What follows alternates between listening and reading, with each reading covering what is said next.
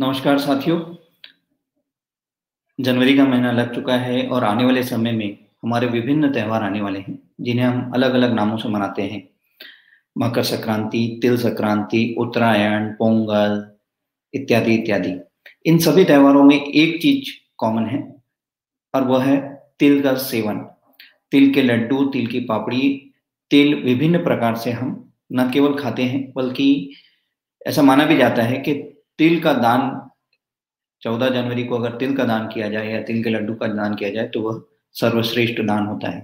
तो आइए देखें वैज्ञानिक नजरिए से ये तिल के लड्डू और तिल का सेवन करना इन त्योहारों में क्या ये फायदेमंद है और हमारे यहाँ ऐसी परंपरा क्या मात्र एक औपचारिकता है या इसका कोई साइंटिफिक फायदा भी है, इसका वैज्ञानिक आधार भी है। तो आइए सबसे पहले हम मुंह मीठा करें और आप सबके लिए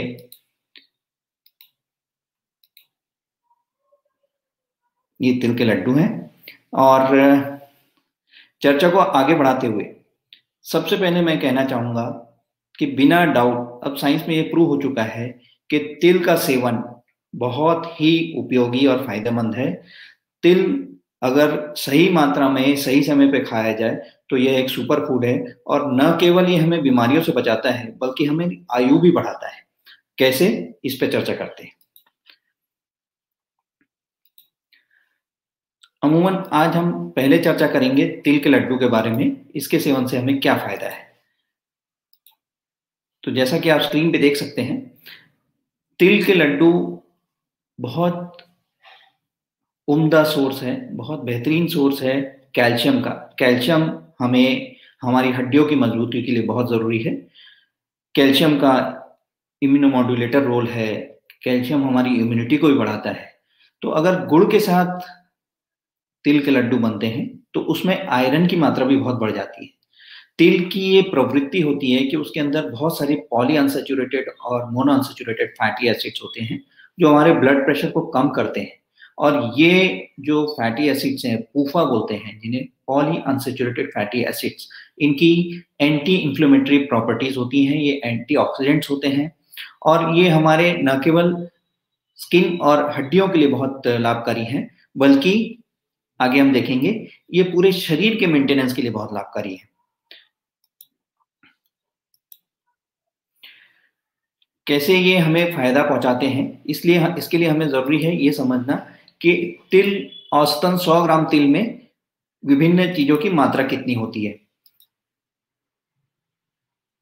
देखिए, जैसा कि आप देख सकते हैं कि 100 ग्राम तिल, इसमें कैलोरीज भरपूर होती हैं, ये करीब करीब 650 कैलोरीज है। फैट की मात्रा 50% होती है, लेकिन प्रोटीन भी कम नहीं है। यहाँ देखिए आप, 18% प्रोटीन है। हमारे पनीर में 22 से 23% प्रोटीन होता है और इसमें 18% प्रोटीन है। ये एक प्रकार का तिलहन है जिसमें प्रोटीन भी बहुत अधिक है और फैट भी अधिक है। और फैट जिसे हम कमजोर वाला फैट बोलते हैं, ये होता है सैचुरेटेड फैट। ये सिर्फ 7 ग्राम है, 50 ग्राम में सिर्फ 7 ग्राम है, मसलन 15%। बाकी शेष जो है बहुत अधिक क्वांटिटी में पॉली अनसैचुरेटेड फैटी एसिड्स हैं जिनका और मोनो अनसैचुरेटेड फैटी एसिड्स हैं। इनका मुख्य काम होता है शरीर में विभिन्न प्रकार के रिपेयर में मदद करना। जितना सेलुलर टर्नओवर है, सेल वॉल होता है, हर अंग में, हर सेल में एक सेल वॉल होता है जिसके रिपेयर के लिए, मेंटेनेंस के लिए और नए सेल वॉल बनाने के लिए पॉली अनसैचुरेटेड और मोनो अनसैचुरेटेड फैटी एसिड्स की आवश्यकता पड़ती है।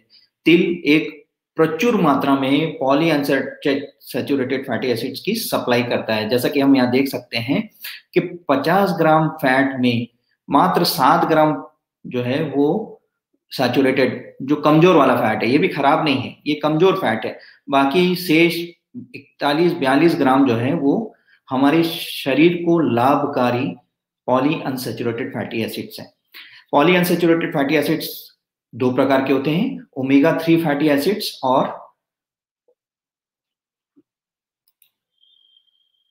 तो इससे हम ये देखते हैं कि पॉली अनसैचुरेटेड फैटी एसिड्स बहुत ही लाभकारी हैं। आइए अगले स्क्रीन में देखते हैं कि इसके अलावा और क्या क्या है तिल में। जैसा कि हम देख चुके हैं, बहुत अधिक मात्रा में पॉलीअनसैचुरेटेड फैटी एसिड्स हैं, इसमें कैलोरीज बहुत अधिक हैं। कोलेस्ट्रॉल देखिए, कोलेस्ट्रॉल 0 है। किसी भी नए जमाने के फूड में 0 cholesterol with 42% of polyunsaturated monounsaturated fatty acids, ये बहुत ही रेयर कॉम्बिनेशन है, प्रैक्टिकली इम्पॉसिबल है, लेकिन तिल में ये उपलब्ध है। आइए आगे बढ़ते हैं। कैल्शियम भी बहुत अधिक मात्रा में इसमें रहता है, 97% कैल्शियम है इसमें। जैसा कि आप देख सकते हैं, ये स्क्रीन शेयर फिर से चेंज हो गया है।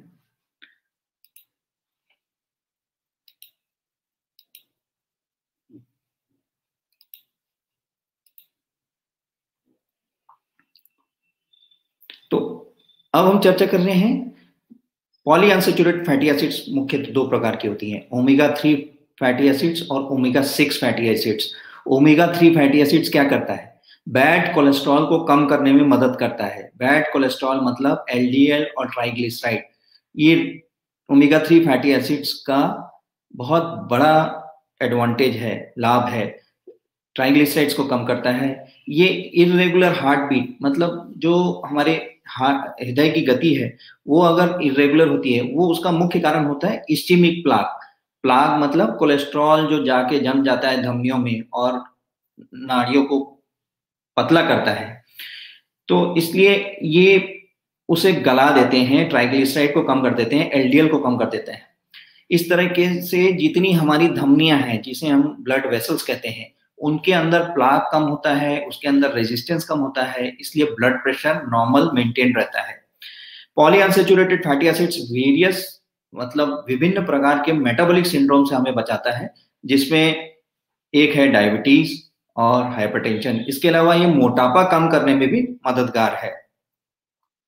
तो इस प्रकार हम देख रहे हैं कि तिल न केवल बहुत अच्छा एनर्जी का सोर्स है, जिसमें 100 ग्राम में करीब करीब 650 किलो कैलोरीज एनर्जी है, ये प्रोटीन का बहुत अच्छा सोर्स है, 18 ग्राम प्रोटीन 100 ग्राम में होता है। और जो फैट है, फैट में बहुत ही बेहतरीन किस्म का पॉलीअनसैचुरेटेड फैटी एसिड्स, जिसमें ओमेगा 3 और ओमेगा 6 फैटी एसिड्स मिले हुए हैं, ये हमारे शरीर में ये भर देता है, हमारे शरीर को लाभकारी होता है।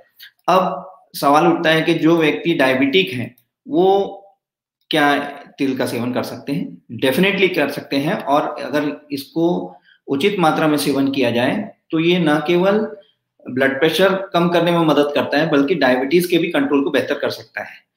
वे व्यक्ति जो किसी वजह से तिल में शक्कर या गुड़ से बचना चाहते हैं, तो उनके लिए यह सलाह दी जाती है कि वे तिल, सौंफ और अजवाइन का मुखवास बनाकर दिन में 3 से 4 बार खा सकते हैं भोजन के बाद, उसमें भी काफी फायदा होगा।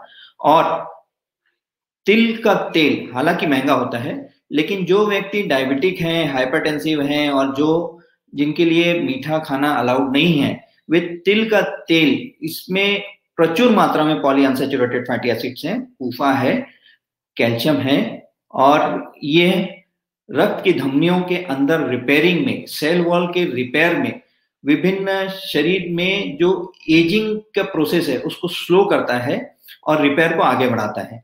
इसलिए अगर आप तिल उस तरीके से नहीं खा सकते जिस तरह से आदतन खाया जाता है हमारे उपमहाद्वीप में, तो आप तिल का तेल इस्तेमाल करें, इससे डेफिनेटली आपको फायदा होता है।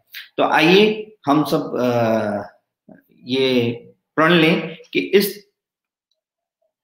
मकर संक्रांति को न केवल हम अपने और अपने परिवार के लिए तिल के लड्डू बनाएंगे और खाएंगे, बल्कि जो गरीब तबका है, जो तिल अफोर्ड नहीं कर सकता, उसका भी अधिकार है कि वो सेहतमंद हो, ताकि राष्ट्र सेहतमंद हो सके।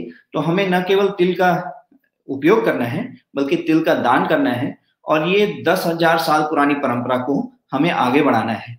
इससे न केवल हम स्वस्थ होंगे, बल्कि हमारा स्वस्थ समाज भी स्वस्थ होगा। जाते जाते अंत में कहना चाहूंगा कि जो व्यक्ति अपना वजन बढ़ाना चाहते हैं, जिन्हें लगता है कि वे बहुत कमजोर हैं या जिन्हें बहुत थकान लगती है, वे अब से जनवरी से लेके महाशिवरात्रि तक तिल का नियमित सेवन करीब 2 से 3 लड्डू सुबह, 2 से 3 लड्डू शाम को करें, तो इससे डेफिनेटली उनके शरीर में नई ऊर्जा का संचालन होगा।